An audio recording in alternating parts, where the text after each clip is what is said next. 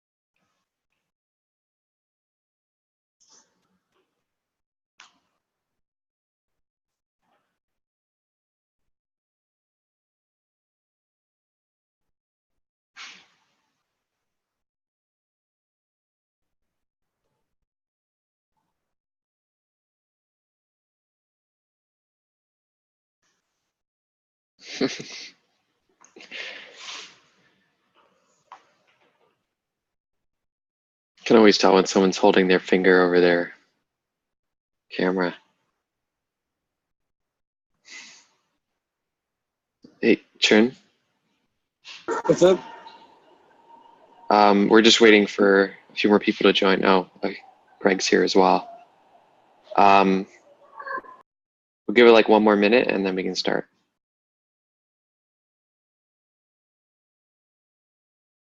Oh, you were talking about my finger. Yeah.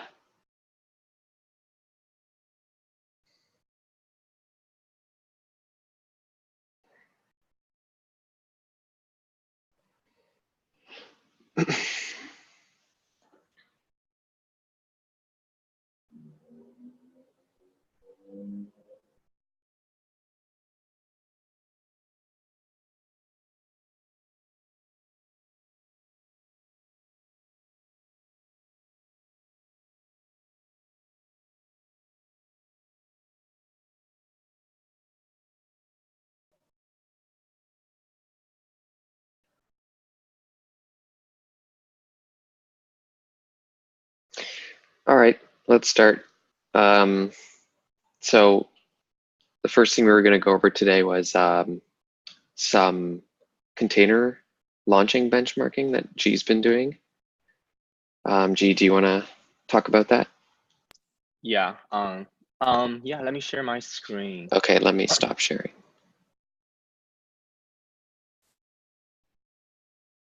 Okay. So, can you guys see my screen? Yeah. Okay. So yeah, I think the reason I'm trying to do this is because I think there's some report saying that there's some performance issue around C groups, because every time we do a C group write or read, we're gonna check the mount table, and if the mount table getting bigger, then it's gonna be slow, because every time you create a container, you have to do a lot of C group write and C group create, and also if you want to get stats for things like block IO, you're gonna do a lot of C group read, and every time you do that, if you check the mount table, it's gonna be super expensive. And I'm trying to change that. I'm trying to not do the check and do the check in the color, like basically like in isolated creation stage. We do all these checks and we don't do any check during C group read in for example, getting stats. So in order to do that, I want to have some benchmark. At least I can see the performance improvement after doing this. So that's the motivation for creating a benchmark for this. And I think it's in general useful for us to understand the performance bottleneck in the container launch path or destroy path. So I create this benchmark. I haven't committed it yet because I haven't received any review, but I think it's ready to go. The benchmark itself is pretty straightforward right now. I have a bunch of parameters right now. One of the parameters is how many containers you want to launch on the agent box, and then the other one is without image or with image.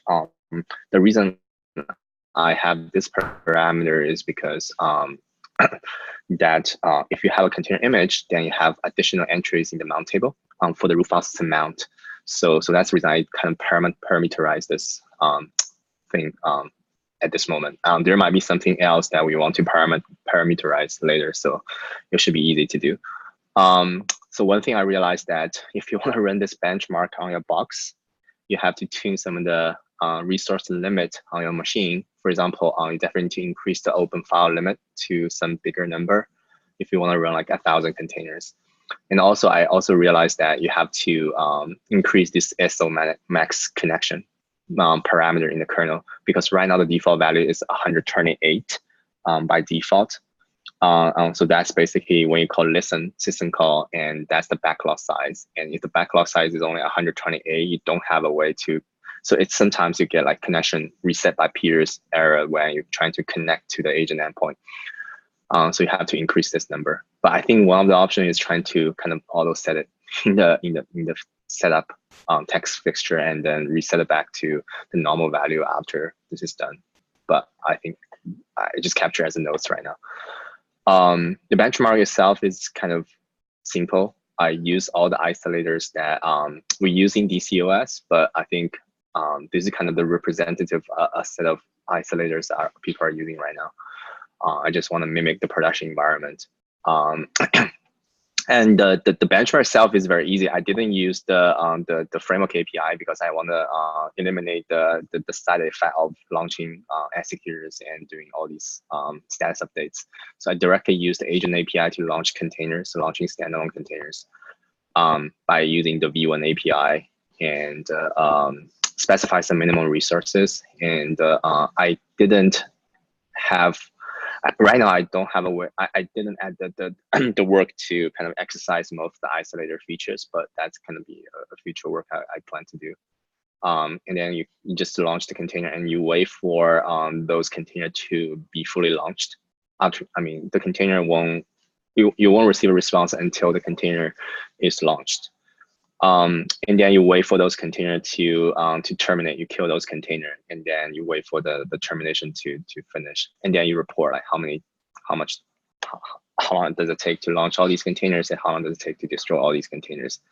So I have some data. I run once on 1,000 containers. I observed that that we can launch 1,000 containers on a GPU box in 56 seconds. And I captured the flame scope graph for the benchmark.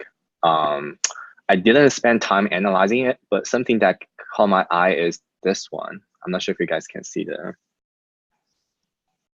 flame scope. So I don't know this color. It's unknown. I don't know who is calling this, but I think a lot of the I think this how long, like 20% of the time for that test actually spent on like waiting on a lock. We've seen that before, and I think Meng was mentioning that that's actually perf showing up. And if like if you look that up, native write MSR safe, you'll get some perf discussion around why that shows up and so on. I mean, there's a perf event task get in thing right there. Yeah.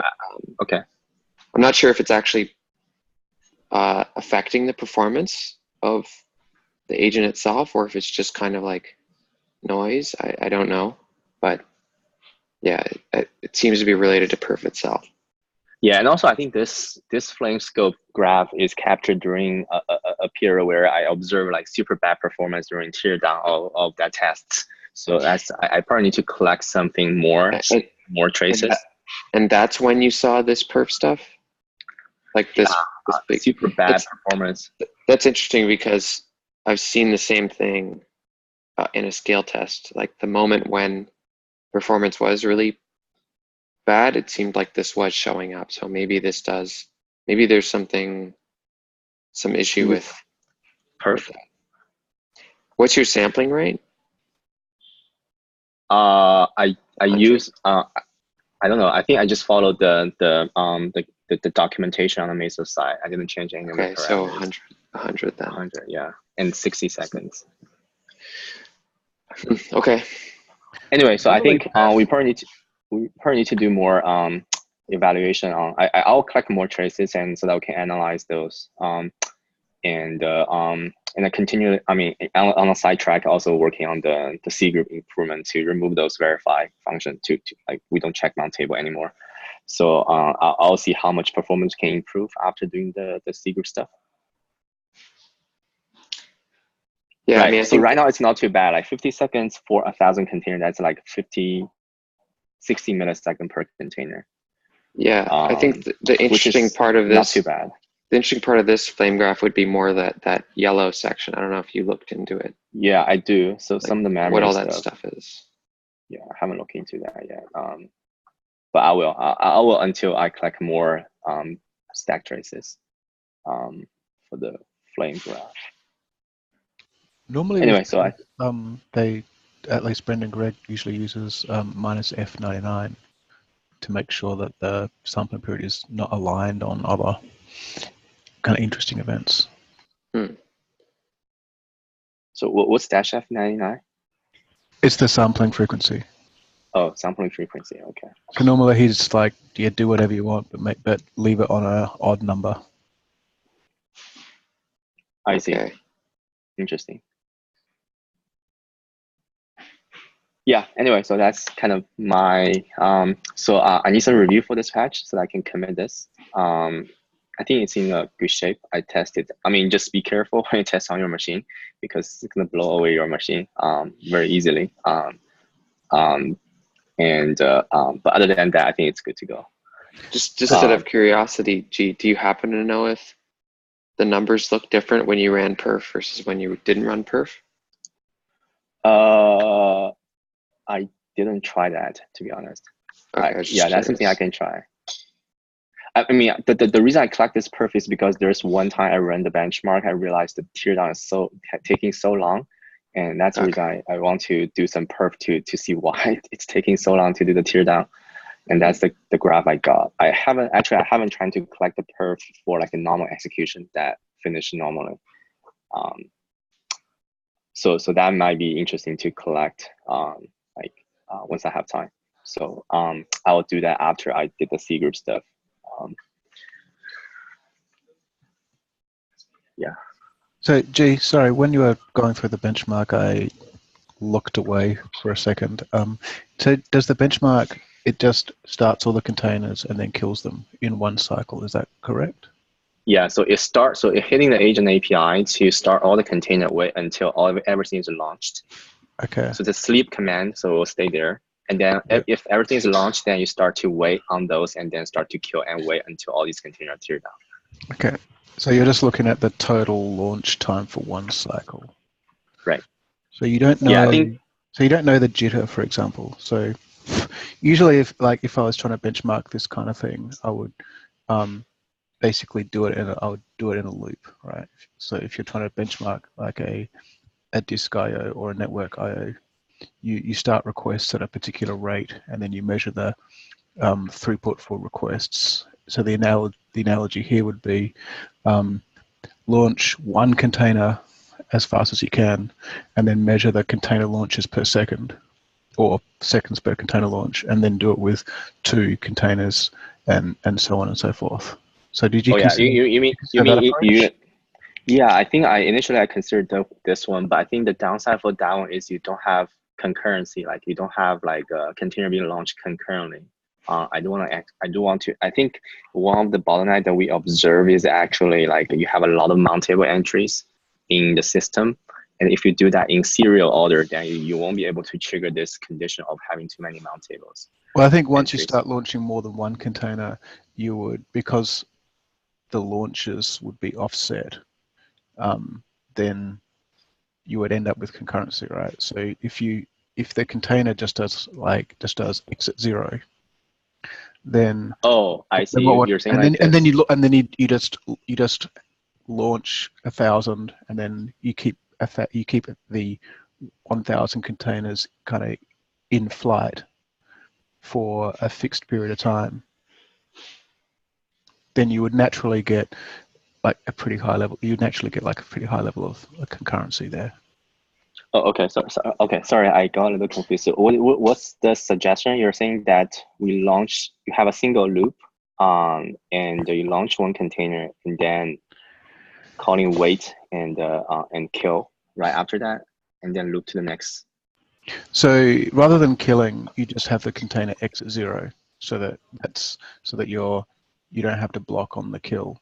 But basically, instead of having a single launch n cycle, you measure over a fixed time window. So you say, I'm measuring a single container launch, and you measure and you just launch the container in a loop over 3 minutes. And then you measure over that 3 minutes, say how many times did I launch one container? How many times could I launch one container in that 3 minutes? And that gives you like a launches per second rate. I see. So then to measure the impact, that gives you a baseline of like if there's only a small amount of work, what's my expectation? That gives you like the best case. So then as the concurrency goes up, you can measure, okay, 2, 3, 4. Say, well, I'm trying to measure and then what your workload is launch 5 containers or launch 10 containers, and keep launching them, and as they exit, keep relaunching them for your time window. And then for your time window, then that'll still give you like a number of launches per second. So that gives you something that you can compare over time. But you still wait until the container is launched before you issue the next launch, or you don't even wait for the launch. You just launch them all. So if you have 10, you launch them all, and then as they exit, you relaunch them. And so that will give you the rate, the launch rate per second, and you measure as you're measuring over a fixed window. That gives you like results that you can compare. So it's slightly different. It's going to be a slightly different test than what you're doing here, right? So maybe that when you profile it, you're going to profile like the full tear up and tear down cycle. Yeah, I think that sounds reasonable to me. I can add another one, like maybe just write 2 and see. And I think the thing that I want to collect here that I haven't collected is like as you mentioned, like what's the latency, like the time you issue from the time you issue the launch to the time the container is launched. That latency, I didn't collect that information right now. It would be nice to know like that information too, like how long does it take from launch to actually being launched. Yeah, I think that's a pretty interesting number. Yeah. Okay. Yeah, I think there's definitely some improvement. I can probably add one. I think that one is interesting. Like have a fixed time window and then just do as fast as you can, with some like configurable like concurrency. Okay. So the numbers you mentioned, you said 1,000 containers in 56 seconds. What does that mean? 1,000 containers fully launched, just launched, and they're sitting there, or is that the whole cycle of also killing them and waiting? I collect 2 times: the launch time and destroy time. So launch time is, I think, start from I issue the request to agent, and we do that in a tight loop. Just issue as fast as I can, and then wait on the responses and wait until all these responses are received and they're okay. Okay. So that's basically all the launch has been processed, and actually the process being forked. The user process has been forked. And what were do you happen to have the numbers for the other parts, like the killing and? Yeah, so that's waiting. The other number. So I start the wait, I didn't capture that, but I think when I start to issue kill, I start the watch clock and then wait until everything is killed. So that's basically how long does it take to destroy all these containers. And was that How, The do you know how similar much time amount that was? Yeah, Similar amount of time? yeah, similar amount of time, like 56 seconds.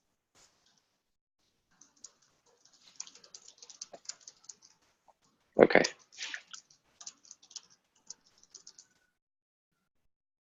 Yeah. Anyway, I think I think the one that's just by James is interesting. I'll probably just do that.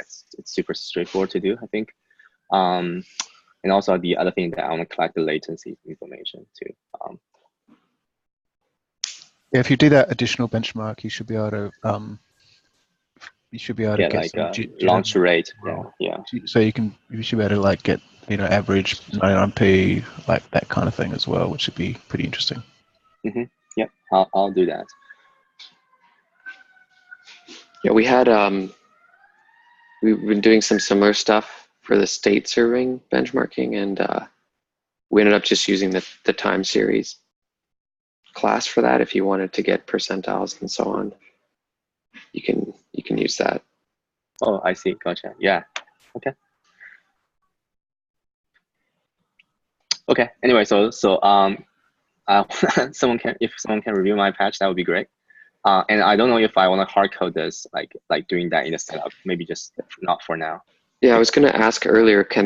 Should there be like a test of that being like similar to how we filter on other conditions? Like, should this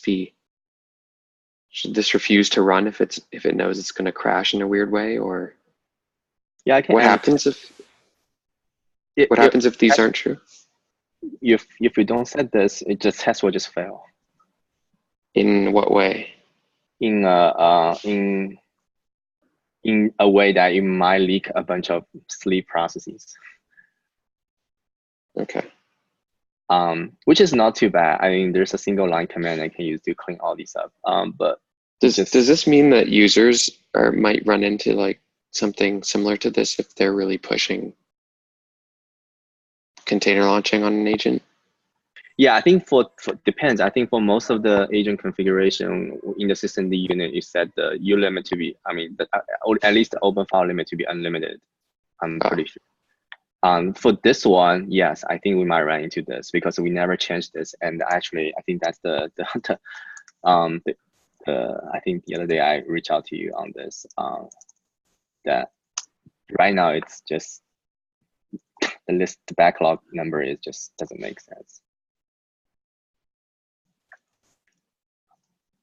Yeah, so right now the number is 50,000, 500,000, which doesn't really make sense because the kernel would just cap this to like 128. I don't know why we specified that big number here during the lesson. But yeah, I think we might run into this issue if there's a lot of concurrent connections to the server, which the master might hit this issue, but I doubt the agent will hit that issue. I'm not sure what we do in the master. I think we reuse the same code. So you might occasionally get, like, if you have a lot of agents trying to connect to master simultaneously, and I suspect that we might run into some reset connection by computers. I don't know, like, I'm not sure if you guys ran into that issue or not, but it's pretty easy to trigger if you have a lot of concurrent connections. Okay. Yeah, I think at the very least, I think we should change this number to at least we look into the proc file and see what's the number there. Either use that number, print a warning if that number is too small, something like this. So at least on our masters, we tune it. Looks like we tune it to 16K. Oh, you guys do change that to 16K? Yeah, that makes sense. Otherwise, I think master might very easily run into that issue. One other thing about this benchmark is it would be great to also see what our steady state overhead is for a particular number of containers. You mean mainly? You mean getting stats? No, just for one thing, when there's just nothing happening at all. Yeah, then what do you measure? Like, what thing do you measure in that case? if we have any background things that are running and doing things, or those will show up, right? Like I think if you look at the Kubernetes benchmark, I don't know if they're putting in load like querying stats and stuff. I think they're just showing like that's what's happening if you're not doing anything. Are you talking about this one? Yeah. We could probably read their benchmark, but my understanding was like that's just the steady state CPU usage, memory usage. Well, that's why it's so low, right? It's like that's a different thing. Oh, you're talking about like a memory consumption and CPU consumption instead. Yeah. Like how much CPU? Like if you launch 1,000 containers and the agent's using 200% CPU, that would be bad. Just in the steady state, right? Oh, the kubeless CPU and runtime. That's CPU. Okay. Yeah. Okay. That's why it's I see. like 0.3 cores here, right? It's pretty low for 100 containers. And they do have post-startup latency. Yeah, I think the benchmark is more toward collecting that information. Yeah, this was more like yours, I think, where they launched 105 pods, and that latency is like the overall. How long did it take? So it looks like a minute for 100. That sounds pretty long. I don't know why. It's also a pod, so I don't know how many containers there are in each one. Yeah, I haven't looked into this yet. I need to see if I can kind of reuse their benchmark suite to test ours. But it would be nice to compare. I can definitely get this. Yeah, I can definitely get this. This should be easy to get. Okay, yeah, I think that's all their numbers. Okay, yeah, I think that's my kind of weekend project on this. Yeah, I can try to get this. Maybe we can write a blog post after this. Yeah, that'd be great. After the optimization, of course. I'll try to do some optimization. Just haven't spent time on this, and then like someone report the performance issue. Like I think it's time to do some optimization there. Yeah. So related to this, G, do you have any thoughts about measuring the startup latency in production? So some metrics or logging or something that people, operators could use to say, well, to understand, well, this is my startup latency and this is the variance around that. Yeah, I think we should definitely do that. Yeah, I think I think we should definitely do that. We can chat more. I think I'll chat with Gilbert on this. He's not online, but yeah, I'll chat with Gilbert on this, and think that's the thing that we should definitely do. We don't have any metrics on that. Yeah. It's like I can try to help with that too. Okay, that would be great. Yeah, I mean, I think we should definitely add those metrics. Like at least understand like what's the median, what's the P999 latency, something like this, for launching a container. Yeah, I guess you could even consider using those in the benchmark if you didn't want to measure the client end-to-end time. If you just wanted to measure based on the metrics. Yeah, I'm just thinking like what kind of metrics it will be. Is there like a what's that called? Like, yeah, we have the that. metrics for histogram? You would add a timer metric in it, and you would tell it the window over which you want histogram. Okay. But is there a way to collect, like, say, hey, I want to? Okay, I see. I'm just thinking like what we should do to get that information. So there's a timer that's going to use by the containerizer to do this, and each time you launch a container, you inject some value, but that window doesn't make sense. I don't know what that window means. The window is, I mean, a P99 only makes sense over a window, right? Oh, I see. So I was more thinking like, since we don't have too many container launching production, so maybe just like have an infinite window. Well, then over time, those numbers start to change less and less. And eventually they barely change at all, right? So if suddenly things start going really bad, they're not changing. Yeah. Okay, I see. Yeah, that's why you like, I don't know, for this kind of thing, it almost feels like a logs problem, because if I have a set, or if I have a log which contains the startup latency, then I can look at it for the last 6 months, and I can make the P99 over whatever time window I want, whatever time window I want within that 6 months, right? So you have a lot more flexibility when you have discrete events for everything. Yeah. Yeah, I think probably the simplest thing to do is just pick a window that makes sense for most people, but ideally operators could tune it for their monitoring interval. Like if their monitoring interval is 1 minute, they could set the window to 1 minute for all the histograms. Yeah. But Okay. we don't allow that to be configured right now. Do we have an example using timer right now in the code base? Yeah. Yeah. I'm not convinced that P99 for container launches is, in the Mesos metric sense, is going to be that useful, simply because container launches tend to be fairly spiky. So you go long periods with no container launches, and then all of a sudden you might get a whole bunch. So I struggle to, I feel like the P99s in the timer window will be pretty hard to interpret. So yeah, ideally we want to get like for each container, we have something that we dump into time series database. That would be the ideal. But if you have if you have the count of seconds, if your launch time is a count of seconds, then you can plot that rate converted into Prometheus, which will show you the work that it's doing, but it won't give you it won't really help you understand per container latency.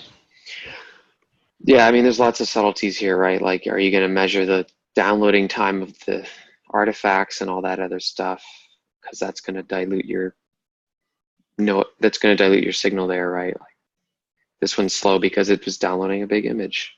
Yeah, but we can have separate metrics for those. Like yeah, but I think stage. that's we can go. That's like an implementation detail that people can figure out.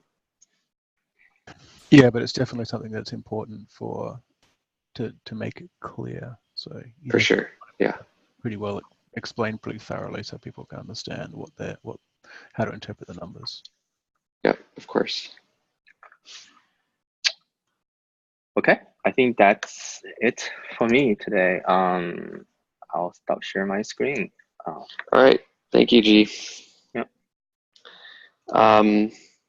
Okay, let me go back to the agenda. All right. I had, so first let me just ask, does anyone else have anything that they wanted to bring to the agenda today?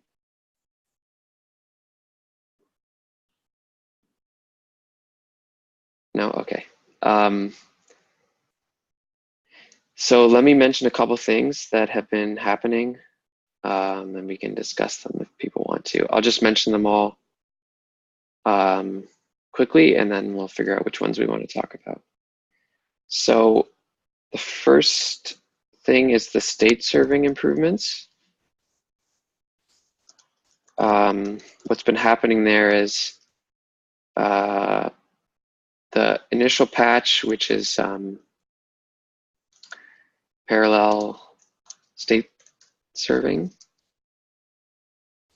for V0 landed. So that's going to be in 1.7. There's more work to do. We want to eventually get all the reads to be done this way. But right now, only the /state API is done this way. So there's more work that's going on there. We're not done yet. Reads.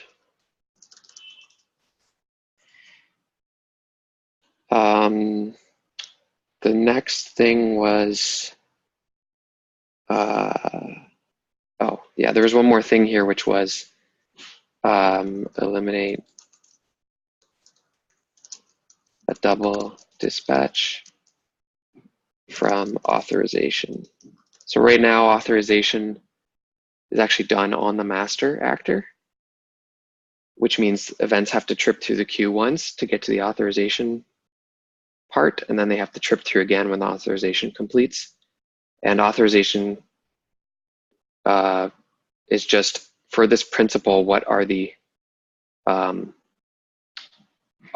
give us back the object authorizers, object approvers, and that can be done outside of the master actor. So Benno is looking into moving that outside.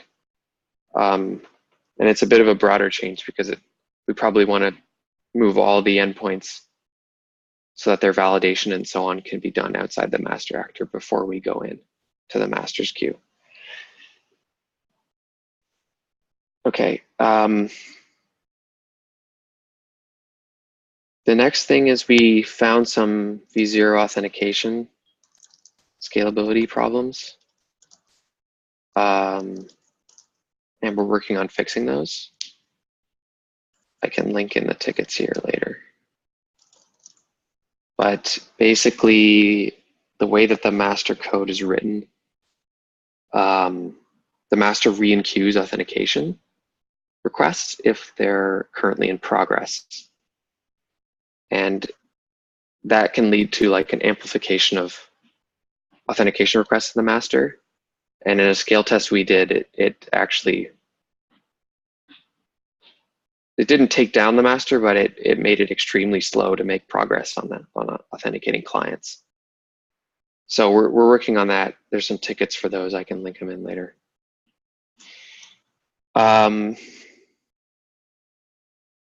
What else did I have here? There's still allocator work being done.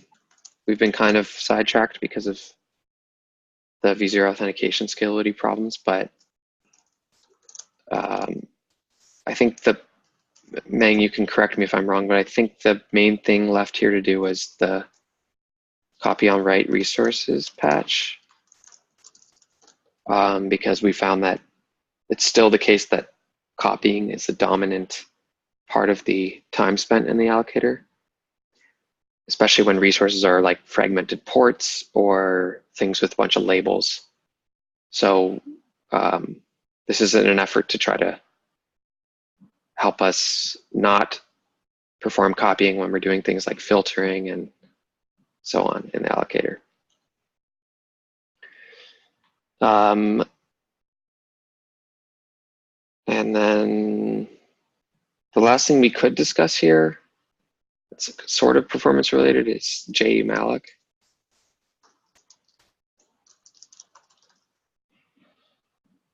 So I think that's everything I had here. Do folks want to discuss any of these?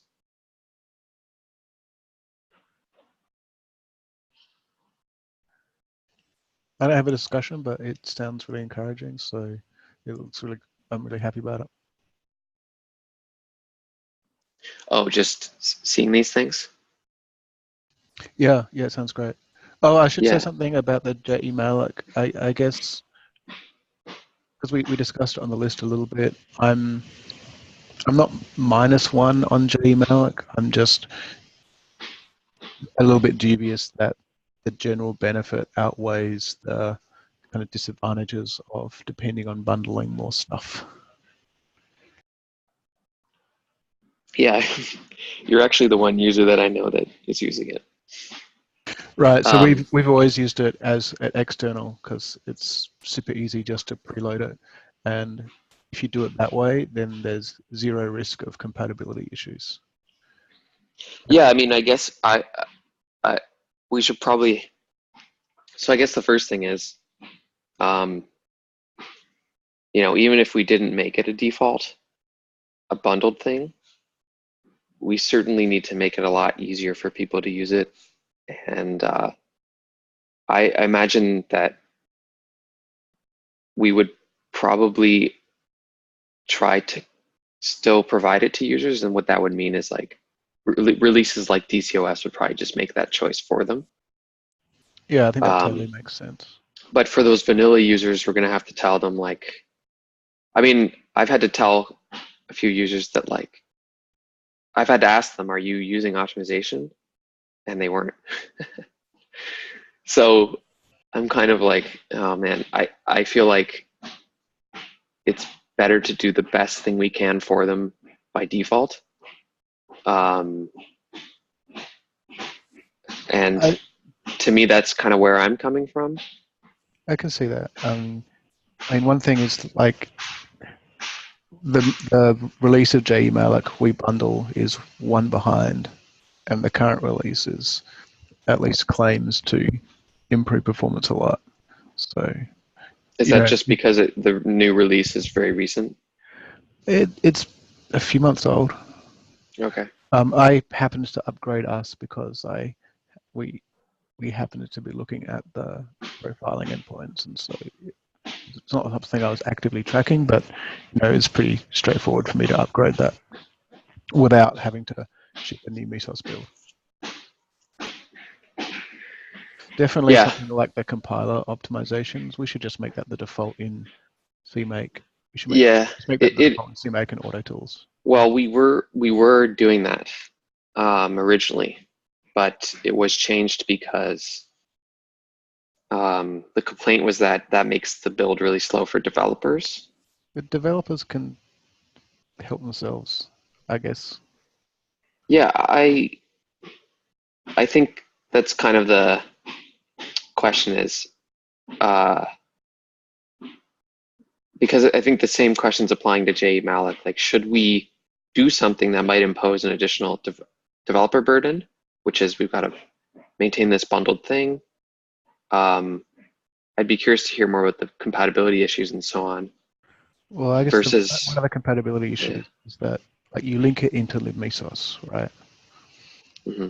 And libmesos gets linked into arbitrary other things. Are we? Is that how it's done? Is that how the patches for J Malik were done? By linking it in? Well, that was what the proposal, right? I mean, I assume you have to do that for the memory profiling No, to for the be memory enabled. profiling, the memory profiling was really quite a nice piece of work. Um, he looks for the symbol. He just looks for the JMalloc symbols dynamically and uses them if they're present. So the memory profiling works if you run under JMalloc, and doesn't require you to actually link with it at build time. Yeah, I remember that. So where does the linking come in then? So that was my understanding of the proposal. Like if you enable it at build time, then you're actually linking against it at build time, which means that libmesos would bring it in, which means that you'd end up with JMalloc in everything that links to libmesos, and a bunch of stuff can potentially link to libmesos that isn't, things that we ship as part of the project. Okay, so it's kind of like if you're shipping a library, that library is already linked. Yeah, I mean, maybe we should have that discussion, I guess, on the thread about what that, like, I don't know if Benno has put thought into that, but it would be good to at least kind of understand what those problems are. Okay, I can explain. I'll reply on the thread and kind of explain that what I meant around there a bit more clearly. All right. Yeah, that would be great. Thank you. Yeah, just to your other point about, hearing about these things, it's so I'm gonna write a blog post about this stuff, um, mainly around what's gonna be in 1.7. And yeah, I think, one of the things that I've learned is just there's a lot of perception involved in open source projects, and if we publicize what we're doing a little bit better, then even though we're not doing anything differently, we're people,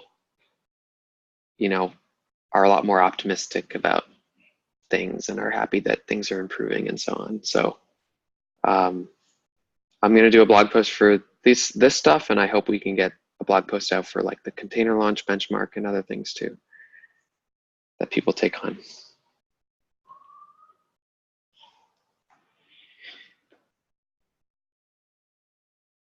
All right. Anything else anyone wanted to talk about? Otherwise, we can end early.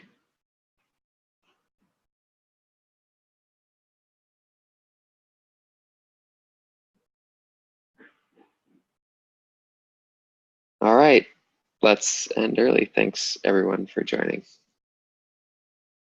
Thanks, Ben. Thank you. All right, bye.